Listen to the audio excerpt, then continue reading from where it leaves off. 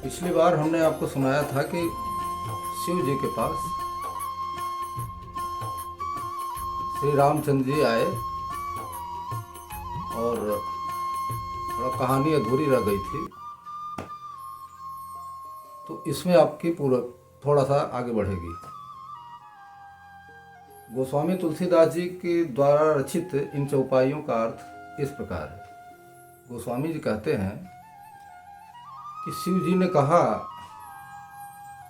कि यद्यपि स्वामी ठीक तो नहीं है, लेकिन फिर भी आपकी बात हम काट नहीं सकते, क्योंकि आप मेरे स्वामी हैं।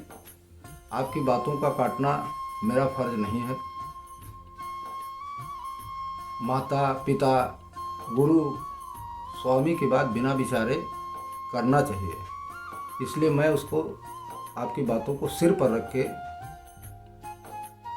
और बिल्कुल एकदम मान रहा हूँ कि आप जो कह रहे हैं सत्य कह रहे हैं। मैं आपकी बात का समर्थन करता हूँ, आपकी बात को मानता हूँ। श्री रामचंद्र जी संतुष्ट हो गए तो वहाँ से अंतर्ध्यान हो गए और शिव जी रामचंद्र जी के जो मूर्ति थी, जो उनका चित्र था, वो अपने हृदय में रख लिए, क्योंकि परम भक्त थे भगवान राम के। शिव जी परम भक्त थे, हृदय में रख लिया। और उसी समय जो है सप्तर्षि मुनि लोग आए शिव जी के पास। तो शिव जी ने कहा उनसे कि आप लोग जाइए और पार्वती जी की परीक्षा लीजिए, उनके संदेहों को दूर कीजिए और उनको घर भिजवा दीजिए। तो सप्तर्षि मुनि लोग जो है पार्वती जी के पास गए और वहाँ पार्वती जी से पूछा कि आप किसकी तपस्या कर रही हैं, आपको क्या चाहिए, आप क्या मांगना चाहती, आप एकदम तपस्या में लीन हैं, आखिर किसकी तपस्या कर रही हैं, आपको क्या चाहिए।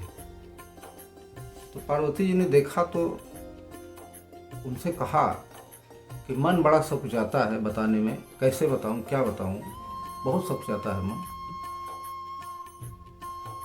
और मैं वही वाली हाल है कि जल में जो है मैं दीवार उठा रही हूँ। नारद जी के वचनों का मान के जो है तपस्या कर रही हूँ, और हमको मेरे मन में वह बैठा है कि सदा शंकर जी हमको पति के रूप में मिले, मैं यही ढूंढ रही हूँ। तो सप्तर्षियों ने कहा कि अरे नारद जी की बात कौन मानता है, नारद जी की बात मान के तो भिखारी हो जाता है, वो खुद भिखारी जैसे हैं। नारद जी के वचनों में बिल्कुल एक भी बात सही नहीं है। उनका तो केवल मन जो है ऊपर से कुछ है, और सज्जनों का केवल चिन्ह जैसे दिखता है उनके कि बहुत सज्जन है। क्योंकि देखिए दक्ष के पुत्रों को एक बार वो किए थे, उनका घर नाश हो गया। चित्रकेतु को किए थे, उनका घर नाश हो गया। हिरण्यकश्यप का हाल आप देख ही रही हैं कि सब नारद जी की कहानी है। नारद जी के वचनों को बिल्कुल न मानो। नारद जी जिस किसी को भी अगर सलाह देते हैं, कोई चीज़ का वो देते हैं, तो वो उसके लिए निरर्थक है। उनकी बातों को मान को कभी न होगा, मत मानो उनकी बात। लेकिन माता पार्वती जी ने कहा कि नहीं, हमने नारद जी की बातों को सच्चे हृदय से लिया है और उसी से हम तपस्या किए हैं, और हम शिव जी को ही ढूंढ रहे हैं, शिव जी ही हमको चाहिए। तो सप्तर्षियों ने कहा कि अरे उनको क्यों ढूंढ रही हो, उनको तो देख रही हो कि एक बार दक्ष जी के सती जी के साथ हुआ था उनका विवाह, तो सती जी को घर से निकलवा दिए थे। निकलवाने के बाद उनको मार डाला। उनके पास क्या है, वो तो नरमुंडों की माला पहनते हैं, सांपों को गले में लगाते हैं, बिल्कुल अघोरी टाइप बने रहते हैं, घूमते रहते हैं, भिखारी हैं। उनके पास क्या है, उनसे तुमको सुख थोड़े नहीं मिलेगा कोई। लेकिन पार्वती जी नहीं मानी, कहीं नहीं, हमको शादी विवाह जो है हमको करना है तो शंकर जी से ही करना है, और मैं शंकर जी को ही ढूंढ रही हूँ, हमको वही पति चाहिए। तो सप्तर्षियों ने बहुत समझाया, फिर भी पार्वती जी मानी नहीं किसी तरह। सप्तर्षियों ने यहाँ तक कहा कि अब देखो, ऐसे ऐसे अमंगल वेशधारी के घर में कोई स्त्री कभी सुख पा सकती है? हर तरह से समझाया, लेकिन पार्वती जी जो है मानने को तैयार नहीं थी, बिल्कुल नहीं मानी।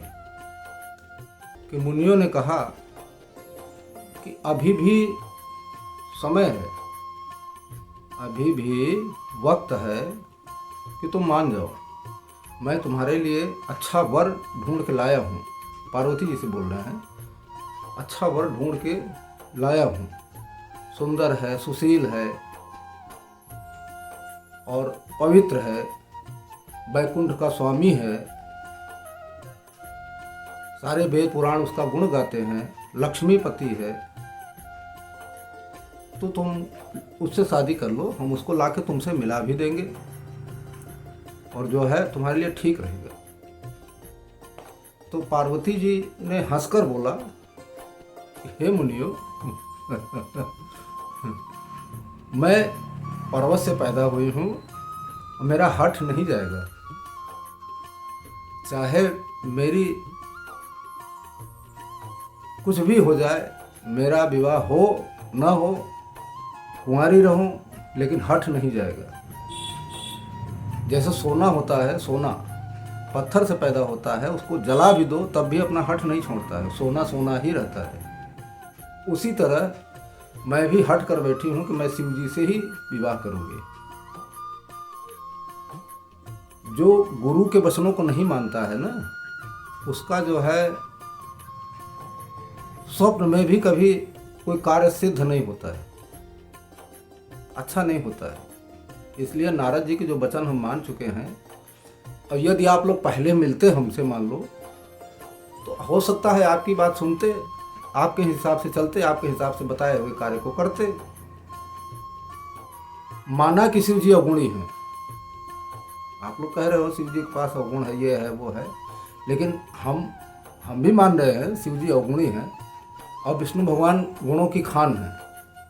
लेकिन जिसका मन जहाँ लग जाए, जिसका मन जिसमें रच जाए, बस जाए, तो वो वैसे ही करेगा ना। तो हमारा मन जो है शिव जी में ही लगा है और शिव जी से ही मेरा विवाह होगा, तभी हमारे लिए ठीक रहेगा। तो मुनियों ने जब देखा कि जगत जननी माता ये तो बिल्कुल एकदम से विह्वल हैं, बिल्कुल एकदम से शिव जी के उसमें वो हैं, तो उन्होंने हाथ जोड़ के प्रणाम किया, पैर पकड़ा और कहा, आप जगत की माता हैं, शिव जी जगत के पिता हैं, मैं आपको ज़्यादा कुछ नहीं कह सकता। इस तरह कह के मुनि लोग हिमवान के पास गए और कहे कि जा करके प्रेम पूर्वक पार्वती जी को घर ले आओ। हिमवान ने वैसा ही किया। इधर सप्तर्षि लोग जो है शिव जी के पास आए और पार्वती जी की पूरी परीक्षा की बात बताई। शिव जी ने जब सुना तो एकदम से प्रेम मगन विह्वल हो गए और उसके बाद रघुनाथ जी का भजन करने लगे अपना। सप्तर्षि लोग ब्रह्मलोक को चले गए। उधर एक तारक असुर पैदा हुआ था जो कि देवताओं से युद्ध कर रहा था और सब कुछ छीन लिया था। देवताओं के पास कुछ नहीं बचा था, सब छीन लिया था, सारे सुख छीन लिया था, सारा वो कर लिया था। मतलब देवता सब परेशान थे। परेशान होकर ब्रह्मा जी के पास आए तो ब्रह्मा जी ने कहा कि ये ऐसे नहीं मरेगा, ये जब तक शिव जी के वीर से कोई पुत्र नहीं पैदा होता है तब तक इसको कोई मार नहीं पाएगा, और शिव जी के जब पुत्र पैदा होगा तो वही इसको मारेगा। कि ब्रह्मा जी ने कहा कि सारे देवताओं को बुला के कि अब आप लोग मेरी बात सुनो, मैं जो कहता हूँ उसको ध्यान से सुनो। अब आप लोगों को करना यह है कि दक्ष जी के यज्ञ में सती जी ने देह त्याग दिया और शंकर जी को पाने के लिए उन्होंने कठोर तपस्या की है कि शंकर जी हमको मिले। आप लोगों को क्या करना है, आप लोगों को ये करना है कि कामदेव को प्रसन्न कीजिए और कामदेव को शंकर जी की तपस्या भंग करने, और शंकर जी समाधि में बैठे हैं, शंकर जी की तपस्या भंग करने के लिए उनको भेजो। और वो जो शंकर जी को मन में क्षोभ उत्पन्न करेंगे तो उनकी तपस्या समाधि जो है भंग हो जाएगी। और जब उठेंगे तो हम लोग उनका चरण पकड़ लेंगे, विनती करेंगे, और अगर हो सकेगा तो ज़बरदस्ती करके उनकी हम लोग विवाह करवा देंगे। यह बात सबको अच्छी लगी, सब लोगों को ये बात अच्छी लगी, तो सब लोग जो है तैयार हो गए कि ठीक है ऐसा ही किया जाएगा। और प्रेम से जो है कामदेव की स्तुति करने लगे। कामदेव की स्तुति जब करने लगे तो कामदेव प्रसन्न हुए। अपना विषम बाण का मतलब 5 बाण और मछली युक्त झंडा लेके प्रकट हुए तो देवताओं ने सारी विपत्ति अपनी उनसे कही। तो सारी विपत्ति जानने के बाद में कामदेव जो है एक क्षण सोचने लगे कि अगर शिवजी का जो विरोध करेगा तो उसका कल्याण नहीं है, निश्चित है कि वो हो जाएगा। फिर भी कामदेव तैयार हो गए कि हम आप लोगों का काम करेंगे, क्योंकि जो अपना शरीर त्याग करके भी इस तरह से अगर काम करता है तो वेद पुराण उसका यश गाते हैं, संत लोग भी उसकी बड़ाई करते हैं। इसलिए मैं आप लोगों का काम करूंगा। और ऐसा कह के सारे देवताओं को हाथ जोड़ के प्रणाम किया और अपने सहायकों के साथ में अपना पुष्प धनुष लेके चल दिया। गया जब वहां पहुंचा तो अपनी माया को फैलाया। जब अपनी माया को फैलाया तो क्षण भर के लिए ये जो माया का वो था ना, इसके माया का वो उसका मतलब सबको कामांध कर दिया। तो सारी वेदों की मर्यादाएं जो है तुरंत नष्ट हो गई और डर के मारे नाना प्रकार के संयम, धीरज, ज्ञान, विज्ञान, योग जो भी थे ये सब भाग खड़े हुए और सदग्रंथ रूपी पर्वत की कंदराओं में जाके छिप गए कि हमको कोई देख ना पाए। और इधर क्या था कि सारे जगत में जो है चर अचर जितने भी थे सब जो है कामांध हो गए।